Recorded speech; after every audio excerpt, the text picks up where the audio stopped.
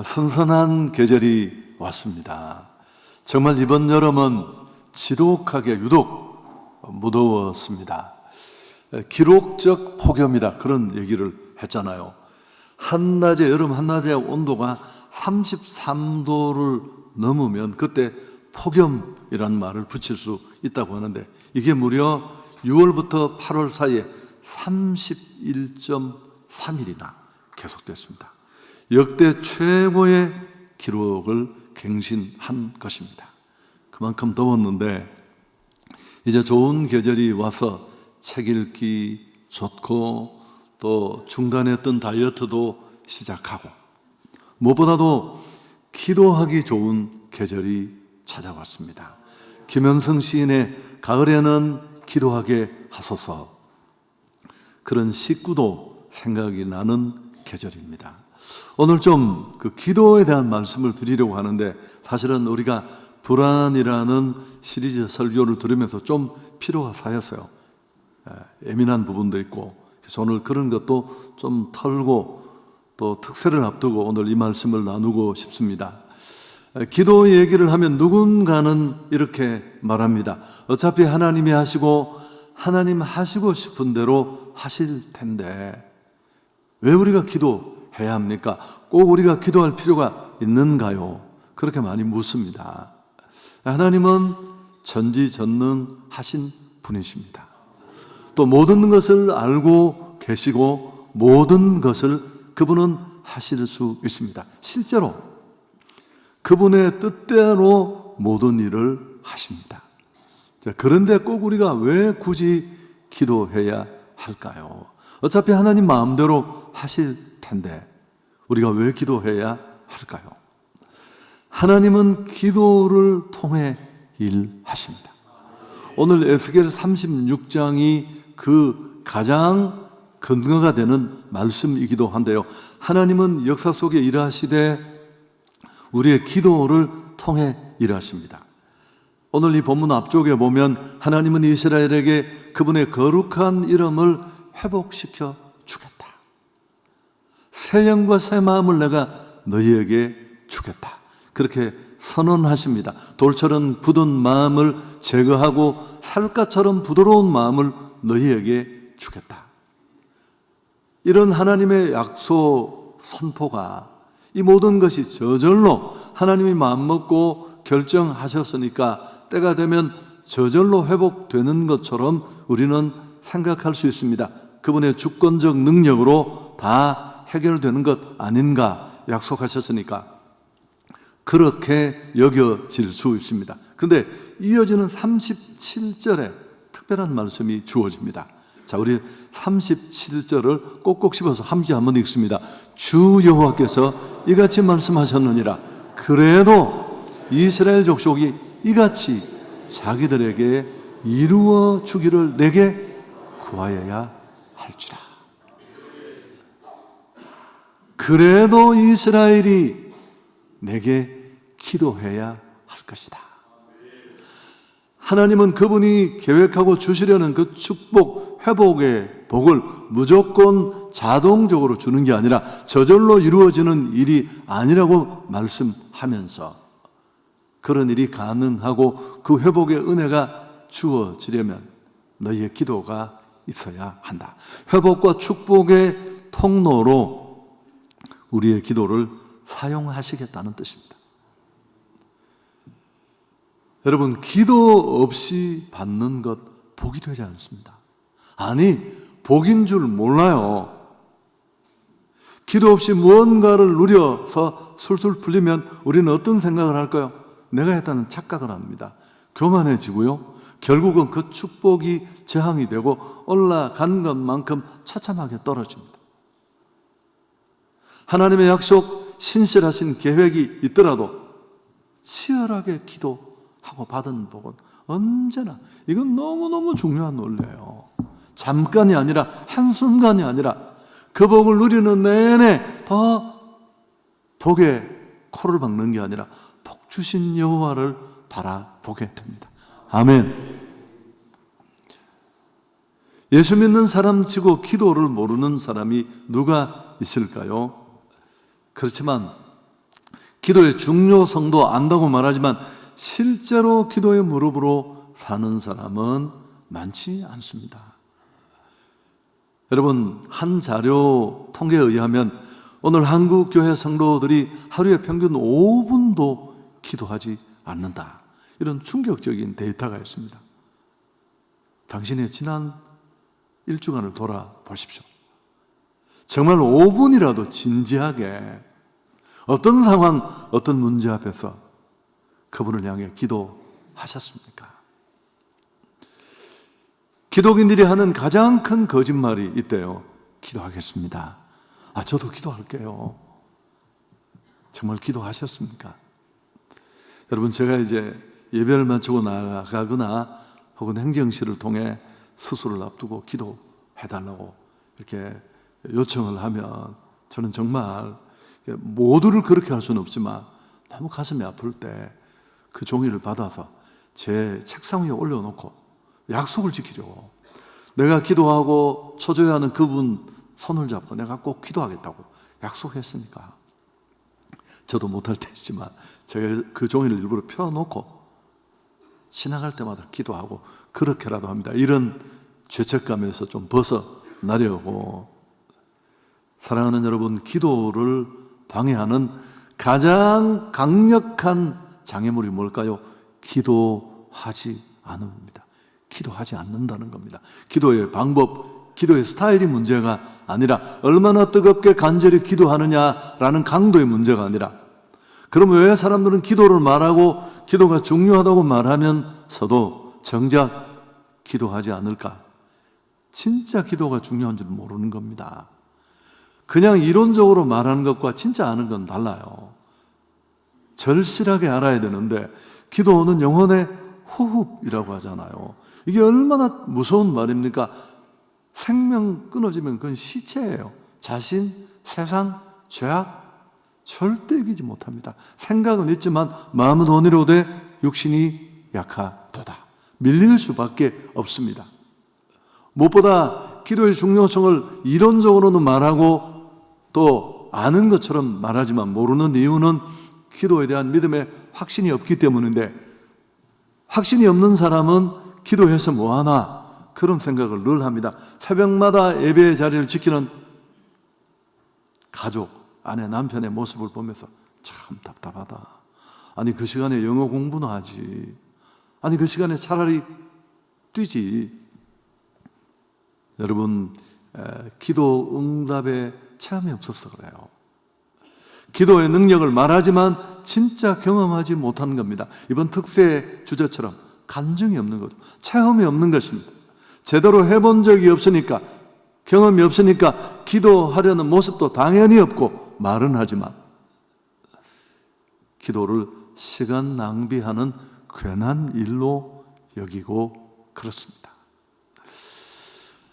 사실은 기도하지 않는 더 근본적인 영적 이유가 있는데요. 이 부분은 참 중요한, 저는 급소라고 생각하는데, 사악하고 음란한 사단이 어떻게든지 기도하지 못하게 합니다.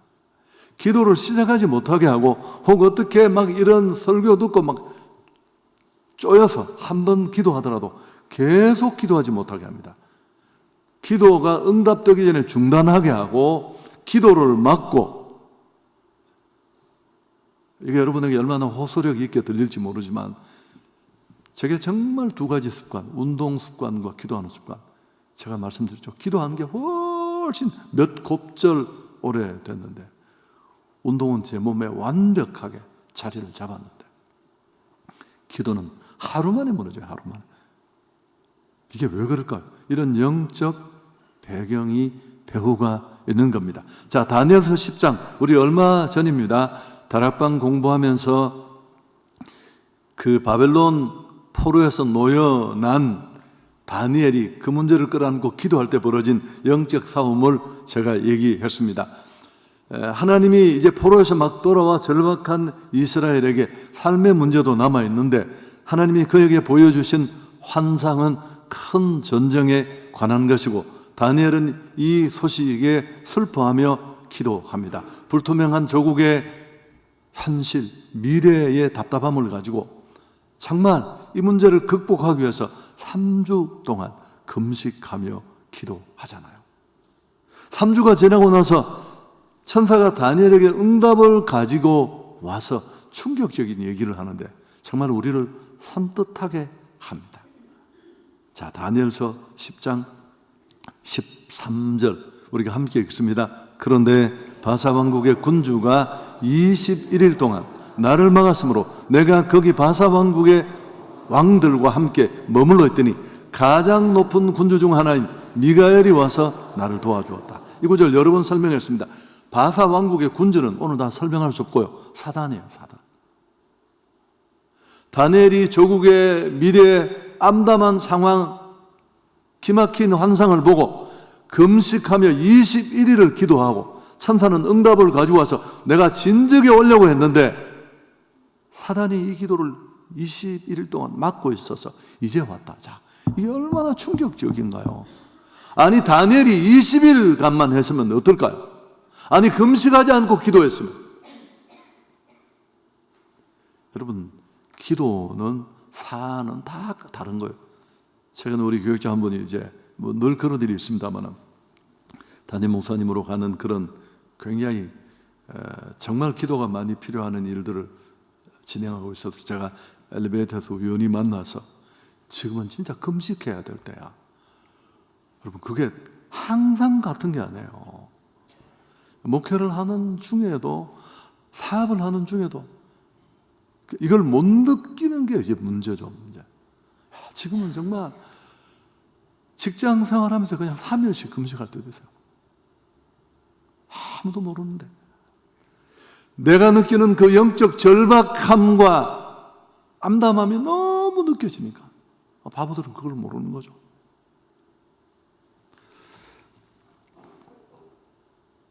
야, 다니엘 같은 신앙의 결단, 각오가 그 대단한 사람도 그렇다면 우리는 오죽하겠습니까? 사단은 역사 속에 끊임없이 성도들을 기도하지 못하게 막습니다. 오래 응답까지 가지 못하게 하고 무엇보다 함께 기도하지 못하게 합니다. 훨씬 위력이 있으니까 지속적으로 끝까지 기도하지 못하게 합니다. 이를 통해 사단이 원하는 게 뭘까요? 뒤에 또 잠깐 언급하겠지만 이 땅에 하나님의 뜻이 이루어지는 것을 원천적으로 봉쇄하는 것입니다. 여러분, 기도를 멈추면 사단이 주는 유혹과 시험에 우리는 빠지게 됩니다. 기도 없는 곳, 그것이 가정이든 그것이 교회든 거기 난장판이에요. 목소리 큰 사람이 장땡입니다. 아, 24말이야 내가 안성교회 뭐 그러고 끝나는 거예요. 강력한 기도의 기류가 있는 교회, 가정, 그런 일이 있습니다. 누가 하나 이상한 짓 하고 잠깐 흔들리지만 결코 침몰할 수 없습니다. 사단은 우리에게서 기도를 빼앗고 나면 그냥 불면 우리는 넘어지는 겁니다. 속고 무너지고 침몰하고. 또 하나 기도하지 않는 정말 내면에 깊은 이유가 있는데 하나님을 사랑하지 않습니다. 교회는 다니는데 서울에서 부산까지 함께 기차를 타고 여행하는 연인이 있다고 칩시다. 근데 그 2-3시간을 KTX를 타고 내려가는 동안 두 사람이 사랑하는 사이인데 한마디도 얘기하지 않고 김밥 시켜서 먹고 창 보고 지 혼자 놀고, 그럼 어떤 생각을 할까요? 진짜 그 둘이 연애를 하기나 하는 걸까요? 두 사람이 정말 연인은 맞는가요? 여러분, 신앙생활은 그런 것입니다. 잠깐 예배 도장 찍고 축도 끝나기 전에 도망가고 찬송 끝나고 들어오고 종소리도 한번 못 듣고 예배드리고 축도도 안 보고 도망가고, 그리고 마치 나의 일을 다 한 것처럼, 그건 신앙의 본질이 아니에요. 내게 구원의 은총을 주신 그 하나님과 단 한 번 진지하게 대화도 없이, 기도가 대화잖아요. 과연 그 사람을 신앙인이라고 말할 수 있을까요? 아니요. 교회 다니는 종교인이죠. 당신은 동창회 간 것과 별로 다르지 않은 효과밖에 없을까요? 그분과의 관계를 정말 귀히 여기는 진정한 신앙인이 되어야 합니다. 여러분, 기도야말로 신앙의 참된 시금석입니다. 제가 자주 이런 걸 물었는지 모르겠는데, 믿음 있는 사람이 기도할까요? 기도하는 사람이 믿음이 있을까요? 저도 헷갈리는데요. 히브리서 11장 6절에 믿음이 없이는 하나님을 기쁘시게 하지 못하나니, 그 하나님을 기쁘시게 하는 믿음의 가장 기본적인 내용 두 가지. 첫째, 하나님이 계신다는 것. 여호와 하나님은 살아계신 줄 믿습니다. 두 번째, 그리고 그분은 우리의 기도를 들으시고 응답하시는 분이라는 것을 믿는 것. 일주일 내내 세상같이 세상 방법, 세상 원리를 따라 살다가 교회 와서 잠깐 예배 드리는 것, 그게 내 신앙의 전부라면 여러분, 그건 꽝이에요, 꽝. 아마 모르긴 몰라도 죄송합니다. 제가 좀 자극이 여러분에게 필요하니까 여러분 삶을 한 토막 딱 끊어놓으면 거기 하나님을 설명할 게 없을 겁니다. 그러나 정말 우리가 기도의 삶이 있으면 지금 죽을 것 같고 지금 숨 쉴 수 없을 만큼 코너에 몰려도 어떤 간증을 할 수 있을까요? 주님을 빼고선 설명이 안 되네, 은혜 속에 살고 있었네. 무엇보다 잊지 마십시오. 우리 예수님이 기도하셨고 우리가 알고 있는, 우리가 배우는 그 많은 기도의 모델들은 대부분 그분이 하셨습니다. 그리고 우리에게 기도를 명령하셨습니다. 권유나 권고가 아니에요. 기도 없이는 성도답게 살 수가 없어요. 그리고 기도를 가르치셨습니다. 이런 덕목이 성경에 잘 없잖아요. 그래서 기도의 축복들을 좀 너무 여러분이 잘 아시지만 소중한 건 언제나 가치를 몰라요. 부모님의 사랑, 하나님의 사랑 우리 잘 모르잖아요. 내한테 뭐 작은 선물 준 사람은 고마워하지만, 돌아가시고 후회하지만 기도의 축복들이 많습니다. 우선 첫 번째, 기도하면 영혼이 잘 됩니다. 사도 요한은 사랑하는 가이오에게 편지를 이렇게 썼잖아요. 사랑하는 자여, 내 영혼이 잘됨 같이 내가 범사에 잘 되고 강건하기를 내가 간구한다.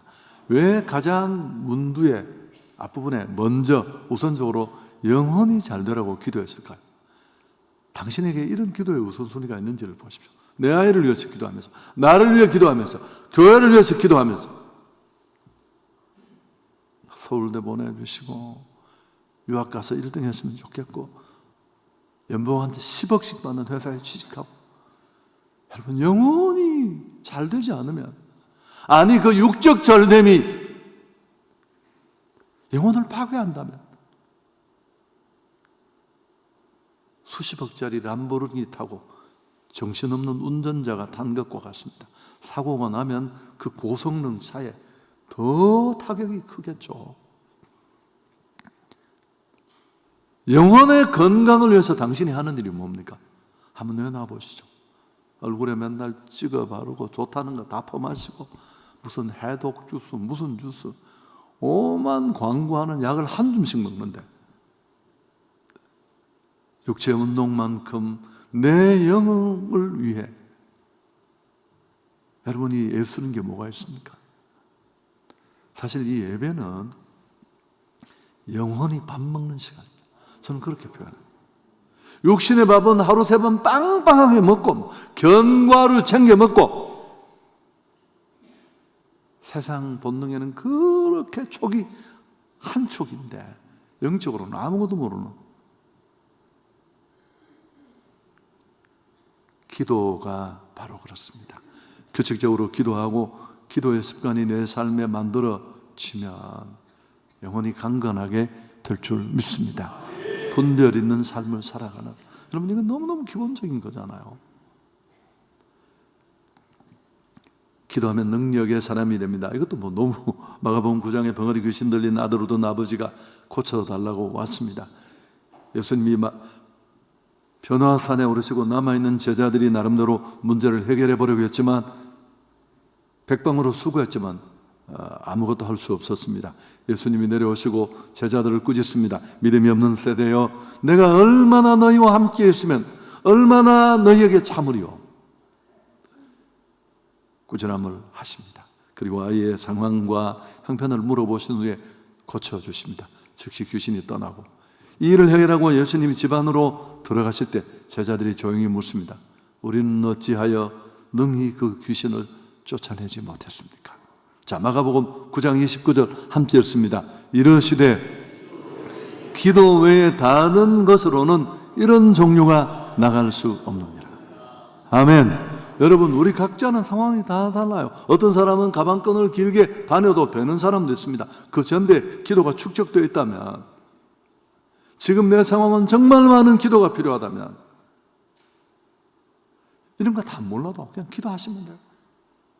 약을 다 성분을 알고 먹나요? 약이라고 하니까 먹는 거지. 그냥 의사가 처방해 주니까. 기도가 우리 삶에, 내 인생에 미치는 그 영향력, 누구도 얘기하지 못해요. 간증자들이 막 침을 튀기면서 기도는 이런 유익이 있고, 기도는 이런 축복이 있고, 여러분 그 10분의 1도 설명하지 못합니다. 하나님이 기도를 통해 일하시는 그 방법을 기억하고, 여러분 그렇게 얻어야 그게 복이 돼요. 그래서 계산 다 안 되더라도 엎드리면 통과할 줄 믿습니다. 다 지나갑니다. 다. 그걸 인간적으로 풀겠다고 목회하면서도 그렇잖아요. 막 불러가, 김집사, 내 오해다. 내 그런 거 한 거 없다. 여러분 그렇게 해보십시오. 이게 풀리는가? 그렇게 푸는 게 아니에요. 세 번째, 기도는 가장 중요한 겁니다. 하나님의 뜻이 이루어지게 합니다. 이건 정말 중요해요. 우리가 거룩하게 살고 이웃과 나누고 온 세상을 온통 섬기고 막 능력이 나타나서 그렇다고 칩시다. 그렇지만 하나님의 뜻이 드러나지 않는다면, 하나님의 뜻을 이루는 것이 되지 않는다면 그건 의미가 없고요, 가야 할 방향과는 다르게 역행하는 것이 됩니다. 기도가 무엇입니까? 기도는 내 주장, 내 뜻을 관철시키는 통로가 아닙니다. 여러분, 이런 기도는 인간을 훨씬 나쁘게 만들어요. 또 죄송합니다. 제가 만났던 어떤 분, 제 목을 쪼았던 분이지만 하루에 3시간씩 1000번씩 주시옵소서. 맨날 형무소 다니고 못된 짓 저 혼자 다 하고. 그게 무슨 기도예요? 그게 주문이지. 여러분, 주시옵소서. 그건 기도가 아니에요. 일용할 양식을 구해야 하지만 하나님의 뜻이 우리 속에 나타나야 할 줄 믿습니다. 기도는 내 뜻을 가지고 들어가지만 내 뜻은 죽고 하나님의 뜻이 살아나야 할 줄 믿습니다. 그래서 기도는 하나님의 뜻을 찾아가는 과정입니다. 과정. 누가복음 24장 겟셋만의 기도를 설명하면서 제가 언젠가 10년 다 돼가는 기도의 정석이라는 제목으로, 그게 진짜 정석입니다. 하나님이시지만 육신을 입으신 예수님, 십자가 피하고 싶지만 누가 그 고난을 당하고 싶어요? 로마인이 너무 처참한 형벌이어서 어떤 흉악한 죄인도 자국민에게는 처하지 않는 그 형벌을 예수님이 왜 받고 싶겠어요? 우리와 똑같은 고통을 겪어야 하는데. 그렇지만 내 뜻대로 마시고 아버지의 원대로 되기를 원합니다. 모든 게 다 세워지잖아요. 자, 주의사항도 있습니다. 기도하면 즉시 응답이 될까? 아니요. 그렇지 않은 경우가 다반사예요. 아니, 기도를 해보면, 막 금식하고 철야해보면 반대로 해요. 반대로. 억장이 무너진다니까요. 기도하면 된다고 해서 바로 기도하면 응답되면 그건 특별한 일이에요. 특별한 일. 여러분, 저는 목회 전염병 시절에 내가 꿈꾸는 목회를 위해 담임 목회를 하고 싶었습니다. 기도할수록 내게 생기는 일은 목 졸리고 쫓겨나고 비닐봉지 뒤집어 쓰고 주암산 가서 맨날 부르짖고 금식을 밥 먹듯이 하고 편안하게 집에서 잠도 못 자고, 내가 무슨 능력이 능력이 있고 은혜가 있는 게 아니라 죽을 수는 없잖아요. 그 30대, 40대 하나님이 날 버리신 게 아닐까. 마누라까지 배신 당기고, 여러분 그렇게 다듬으셨기에 제가 이렇게라도 쓰임 받는 거예요.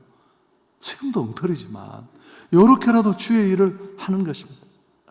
나중에 한참 지나고 나서 어렴풋이 깨달았습니다. 요셉에게 13년의 고통, 형들에게 미움받고 팔려와서 처참하게 더 깊은 수렁 속으로 침몰합니다. 그 긴 시간, 요셉에게 그 고통의 시간을 빼버리면 우리가 아는 요셉은 없어요.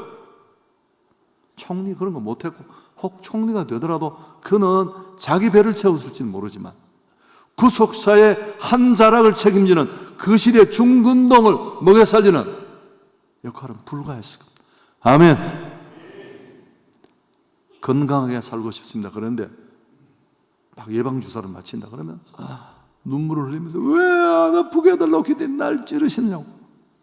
하나님은 야 임마, 그 주사를 맞아야 그렇게 한번 아프면 네가 다른 병에 걸리지 않잖아요. 근데 바보들은 그게 찔리기 싫어서 도망가고. 비유가 좀 그렇습니다. 여러분, 제가 이 내용도 너무 많이 반복했는데 하나님은 한두 번의 기도 응답보다 더 귀하게 여기시는 게 있습니다. 이건 부모도 마찬가지입니다. 그게 뭘까요? 한번 따라하겠습니다. 우리가 진짜 믿음의 사람이 되는 것이다. 지금 한번 기도 응답받고 안 받고 이게 중요한 게 아니라 우리가 정말 진짜 예수 믿는 사람이, 뻥치는 말만 그렇게 하고 돈 뒤에 숨어 있고. 여러분, 이 일이 이루어지려면 고난의 고통의 터널은 반드시 필요해요. 절실한, 제가 그 사천 지역에 이제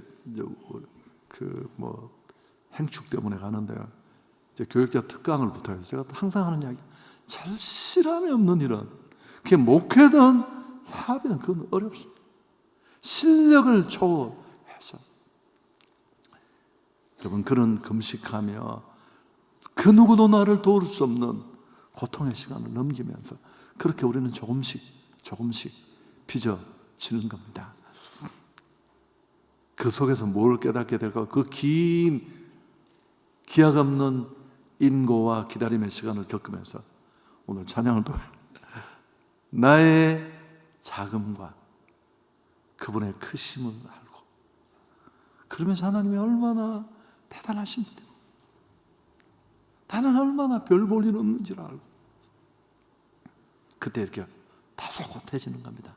누가 칭찬해도 올라가지 않고 까도 내려가지 않는 나를 아는, 그게 바로 겸손인 줄 믿습니다.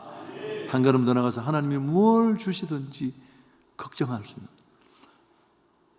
할아버지 와서 세뱃돈 10만 원 주면 걱정하는 부모는 어떻게, 이런 이야기 맨날 해서 죄송한데 바로 뒤통수 때려가 뺐습니다.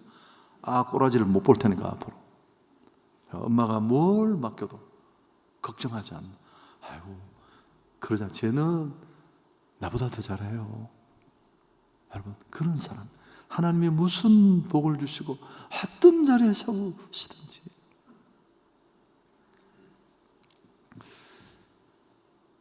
광야 없는 축복은 의미가 없습니다. 우린 좋은 길을 꿈꾸지만 그렇게 되는 일이 없잖아요.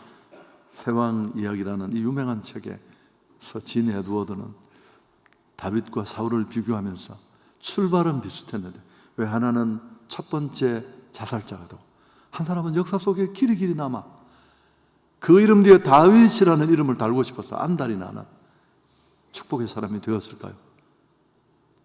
사울은 광야를 통과하지 않고 급조된 리더였다라는 게 진 에드워드의 진단.